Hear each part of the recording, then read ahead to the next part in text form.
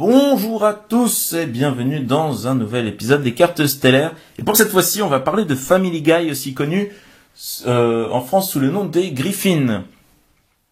Mais pourquoi, vous me direz? Ben tout simplement, mais ça se voit là, ça se voit, regardez, c'est du Star Wars ça. Alors, pour la petite histoire, les Griffins, ou Family Guy, on va dire, Family Guy, je trouve ça plus sympa comme nom. Donc on va dire Family Guy. C'est une série qui commence à dater maintenant. En 2007 a commencé, si je dis pas de bêtises, c'est la saison 6. Et cette saison 6 a commencé par un épisode spécial qui durait le double des autres épisodes. Donc il faisait environ 45 minutes. Et il s'appelait Blue Harvest ou A New Hope aussi. Et vous pouvez le trouver en français, hein. Regardez, il y a des DVD qui existent. Blue Harvest, c'est que voilà, c'est que l'épisode spécial, mais je pense que vous pouvez le retrouver évidemment dans le coffret saison 6. Donc voilà, c'était l'instant publicité pour les DVD. Donc cet épisode spécial est évidemment basé sur Un Nouvel Espoir, et en début 2008 est sortie une série qui est assez particulière, je vais vous dire pourquoi, sur cet épisode spécial. Elle est particulière parce que elle n'a pas été éditée par Topps, et pourtant c'était une série avec des paquets avec des cartes aléatoires à l'intérieur. Donc il y avait un aspect aléatoire, ce sont des cartes à collectionner. D'habitude c'est Topps qui s'occupe de ça. Or, c'est pas Topps qui s'en est occupé, c'est Inkworks, qui s'en est occupé. Pourquoi? Bah tout simplement parce que c'est Inkworks qui a les droits sur Family Guy.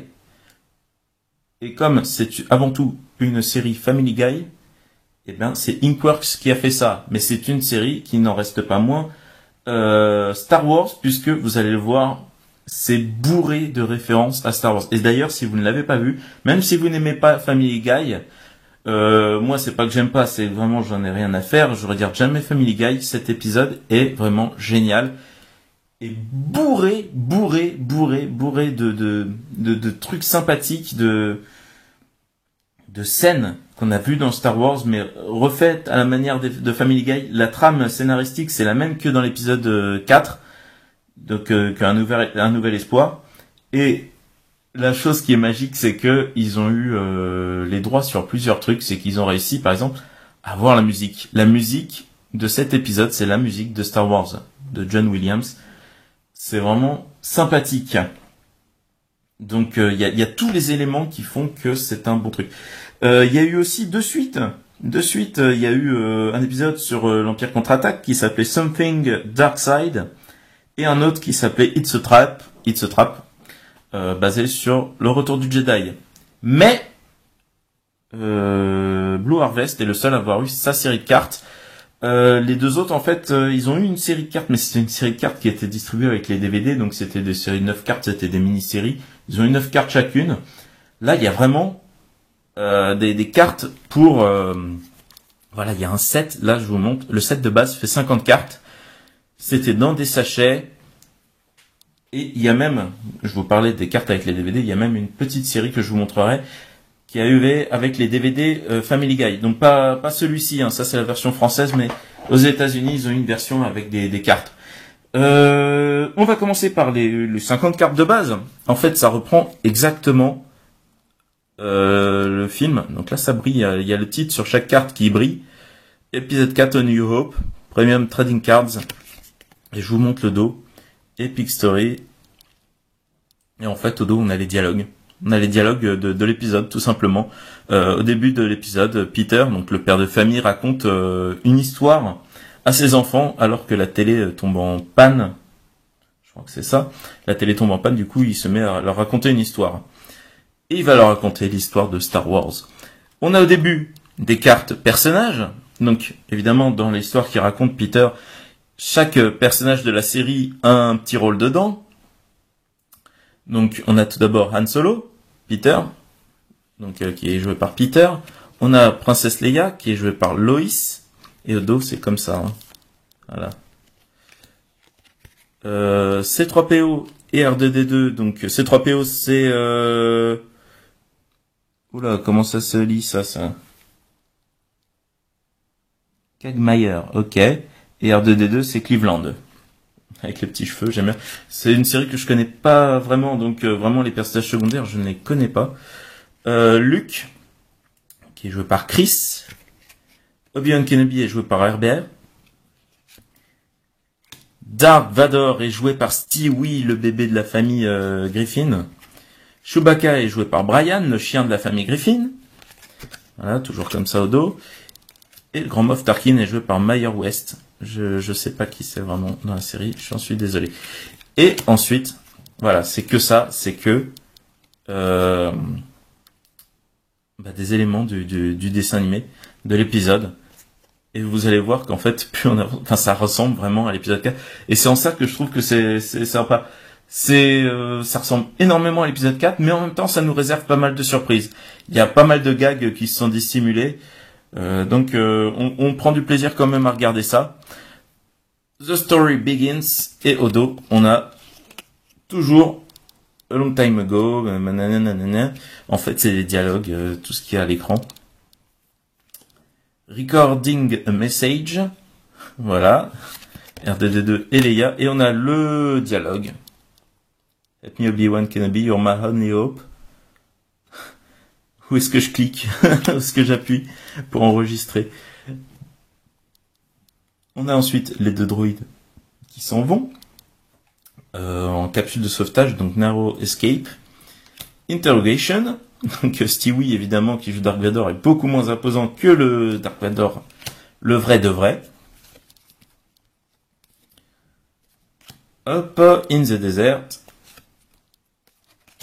Rebels, avec Stewie sur la table. Normal. Life on Tatooine, donc un autre des personnages de la série. Je ne saurais vraiment, je vais vous dire, c'est un personnage de la série, mais je saurais pas vous dire les noms. Je suis plutôt pro Simpsons, donc voilà, désolé. Life on Tatooine, donc là je saurais pas vous dire, c'est sûrement un personnage de la série qui joue un rôle de Jawa. Empire, donc Chris qui a des envies d'ailleurs, donc Luke. Finalement, ils portent les mêmes noms, hein. Il s'appelle Luke, Leia, etc. Le même nom que dans les films. Et il s'appelle pas Chris, machin. Call for help. Voilà, là où il trouve on a au dos, voilà, il trouve l'hologramme de la princesse Leia. Le message. He's gone. Donc R2D2 qui est parti. Reunited. Voilà ce qu'il voit à l'intérieur de ses lunettes, de ses jumelles. Stranger, donc on a un Tusken, sûrement un personnage de la série également. Message is delivered. Voilà, le message est arrivé, a été livré.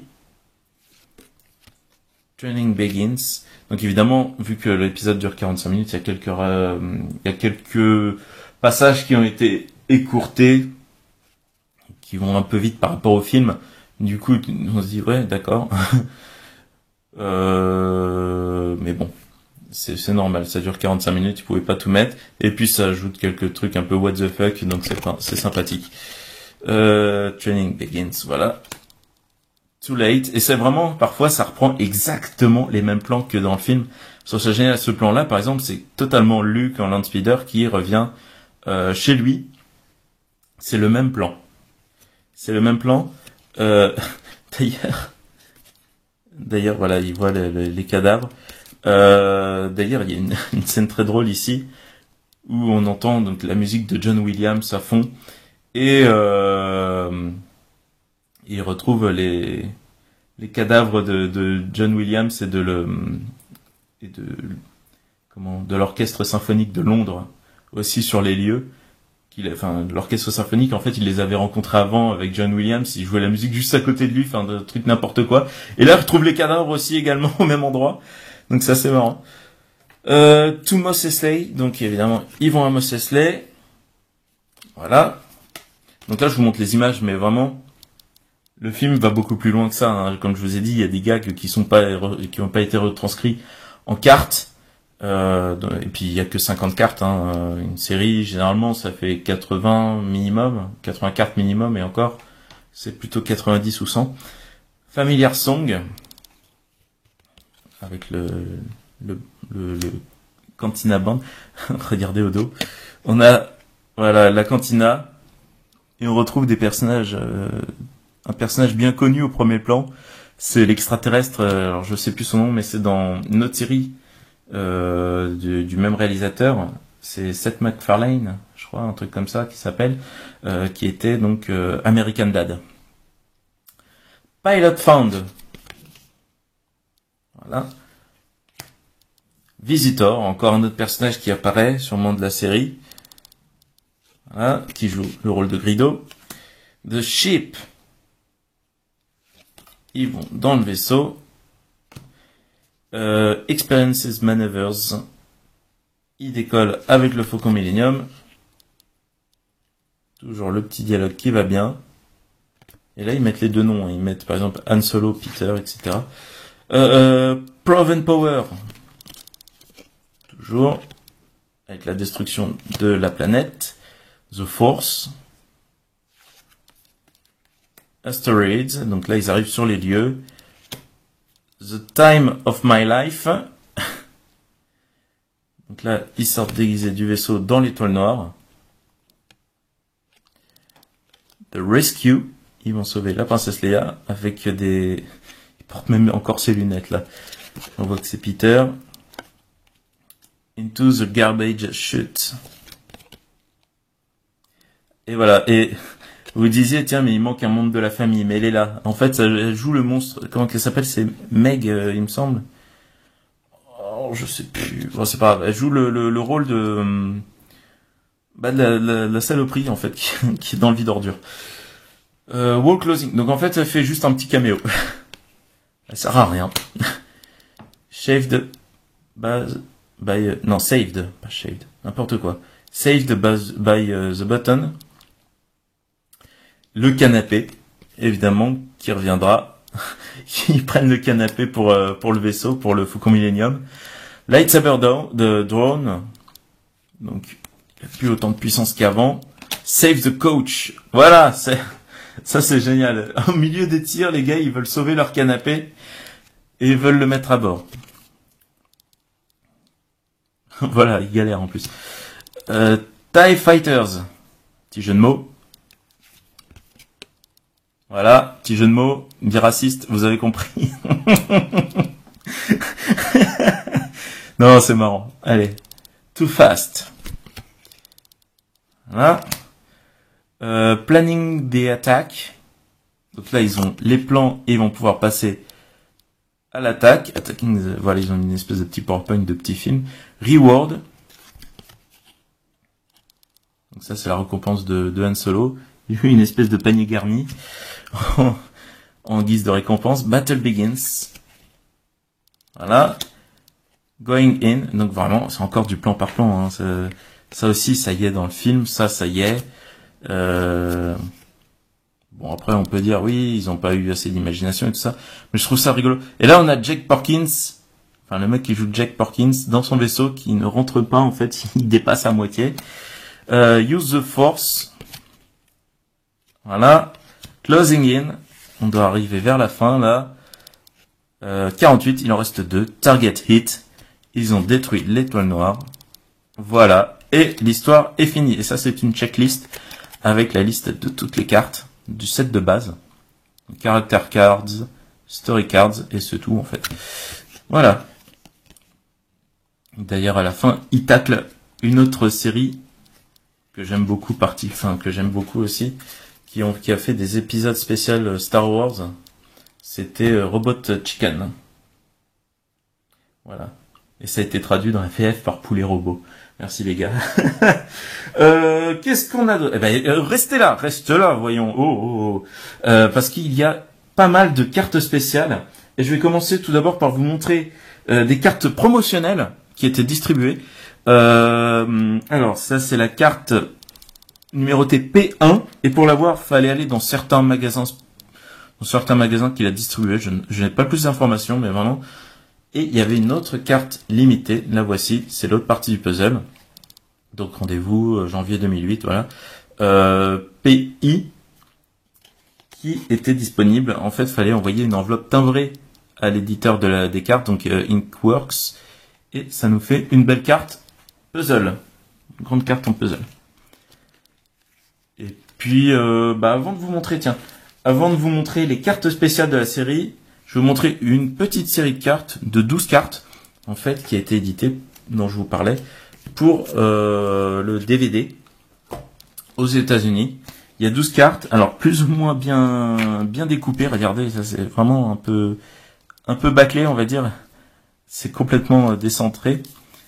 Là, ça va encore, mais c'est complètement décentré. Donc, on a Your Power Are Weak, Old Man. Your Powers Are Weak, Old Man. Et donc, en fait, on a des citations du film. Alright, go, go, go, go, go. Plein de citations. Et au dos, on va retrouver un puzzle. Donc, ça, c'est après la victoire à la fin, évidemment. Voilà, c'est 3PO R2D2. Peter. Dark Vador qui arrive au début. Meg. On va dire que c'est Meg. Je sais plus le nom.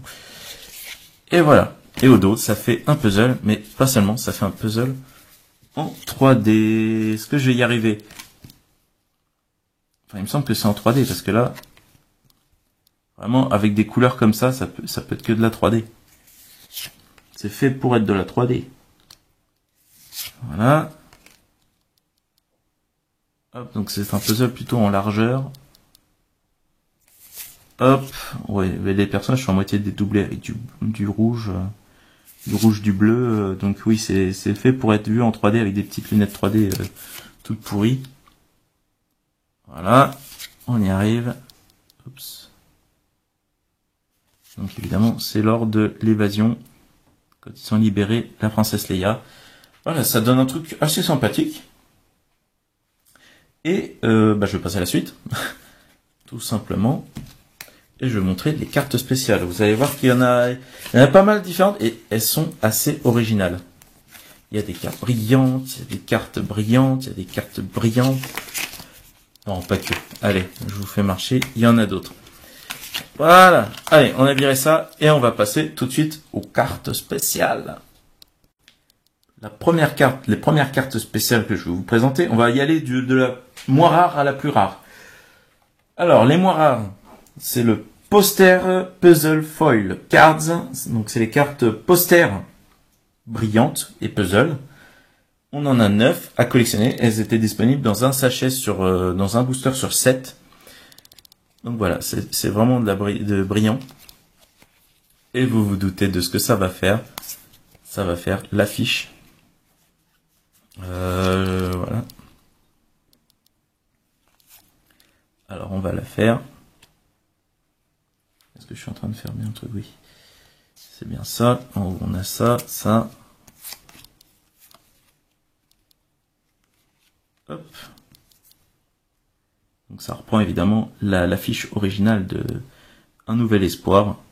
C'est marqué en haut, A New Hope. Voilà, on a une belle affiche avec Luke, Leia, C3PO, R2D2 et en fond Dark Vador et l'étoile noire. Mais c'est pas tout. Puisque au dos on a un autre puzzle. Il s'agit en fait du texte déroulant qu'il y a au début, qui, je me souviens, était assez humoristique. Voilà. Donc c'est 2 en 1, c'est parfait. On aime ça. Voilà. On a le texte, on a tout. C'est parfait. Donc on va passer à la suite. En deuxième, qu'est-ce que j'ai à vous présenter? Une mini-série qui s'appelle Spaceships and Transports. Ça veut dire ce que ça veut dire, c'est sur les vaisseaux et les transports. Mais attention, parce que c'est du jamais vu. J'ai l'impression. Il y en a 9 à collectionner, c'était dans un booster sur 9. Et voici la tronche des cartes. Et ouais, ça a carrément la forme du vaisseau. Donc un Millennium Falcon. Et au dos, on a une description. Voilà, une petite description. Il y en a certaines qui sont marrantes. Le TIE Fighter. tout simplement. La description encore plus simplement, The bad guys fly this. Donc les méchants conduisent ce vaisseau. X-Wing Starfighter. The good guys fly this. Les gentils conduisent ce vaisseau. Le X-Wing Starfighter. Elles sont brillantes, hein, évidemment, les cartes. The good guys fly this too. Les gentils conduisent ce vaisseau aussi. Et là, on repasse avec Imperial Cruiser, donc le croiseur impérial, tout en brillance.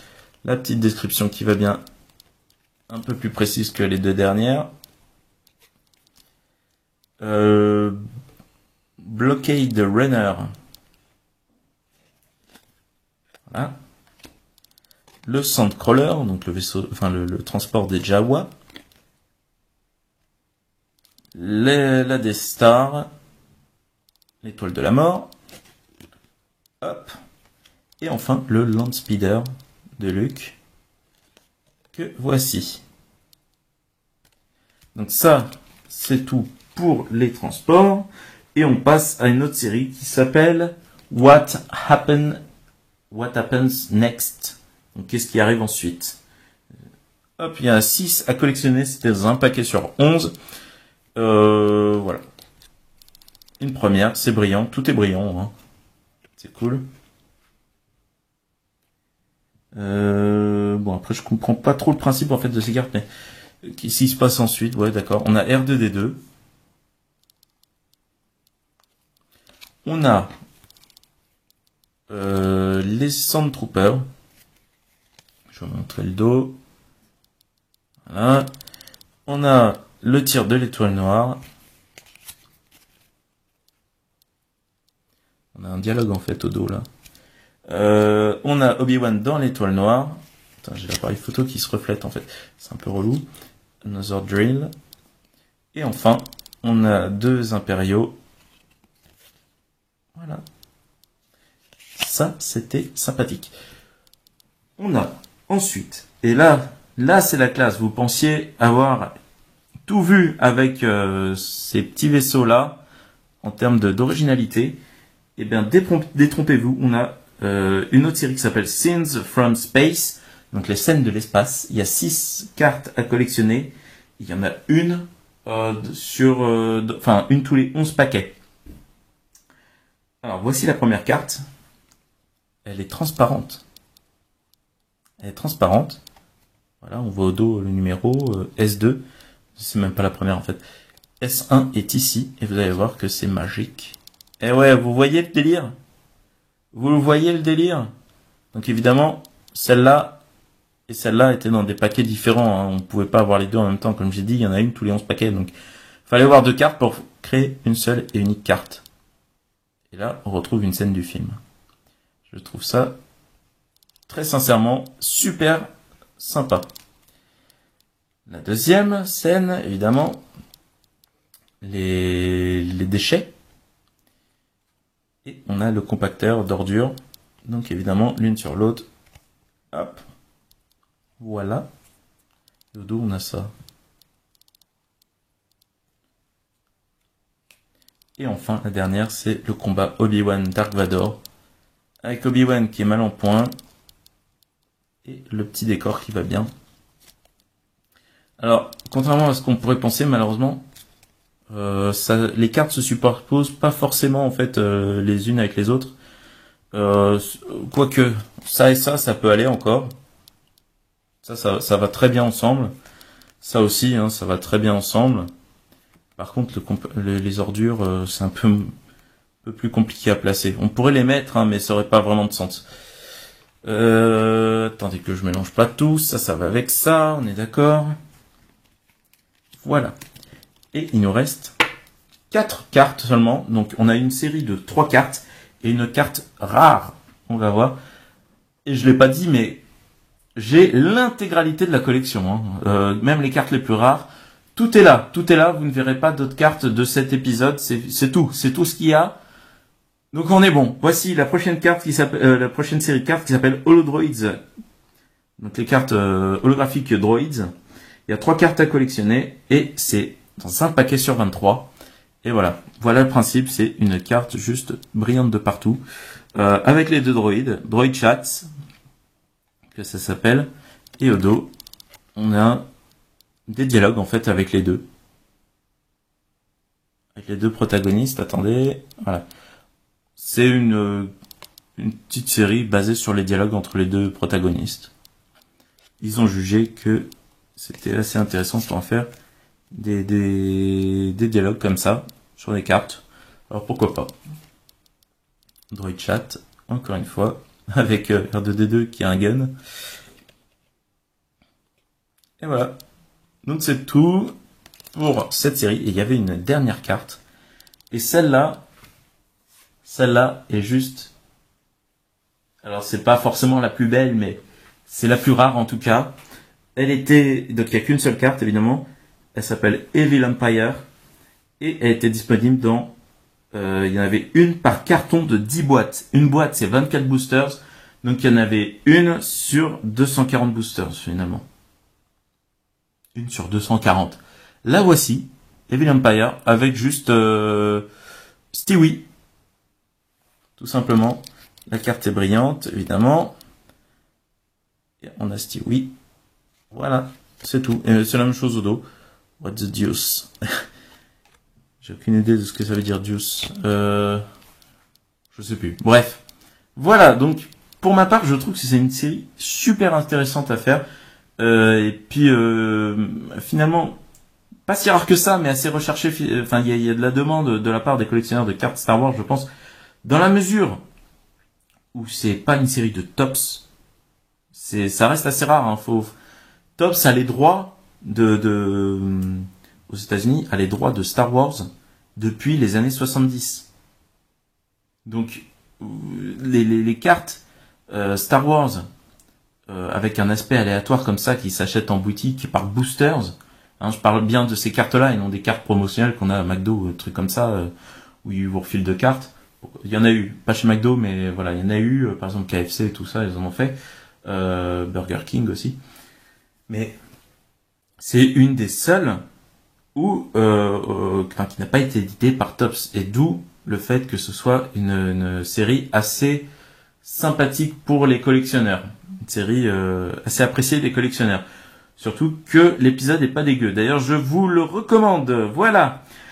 Si vous avez apprécié la vidéo, cette série, etc., vous pouvez vous abonner, n'hésitez pas, et lâcher un petit pouce bleu, c'est simple, ce serait sympathique.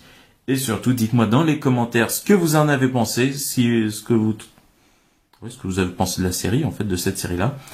J'aime toujours autant discuter, même avec ceux qui ne s'y connaissent pas forcément. C'est toujours sympathique. Voilà, d'avoir des gens qui vous suivent et qui... Ne serait-ce que, ouais, ce set il est génial, ou ce set il est moche, vas-y casse-toi. Fais-nous quelque chose de mieux. Bon, voilà. Tout est dit. Moi, je vous dis à la prochaine. Salut!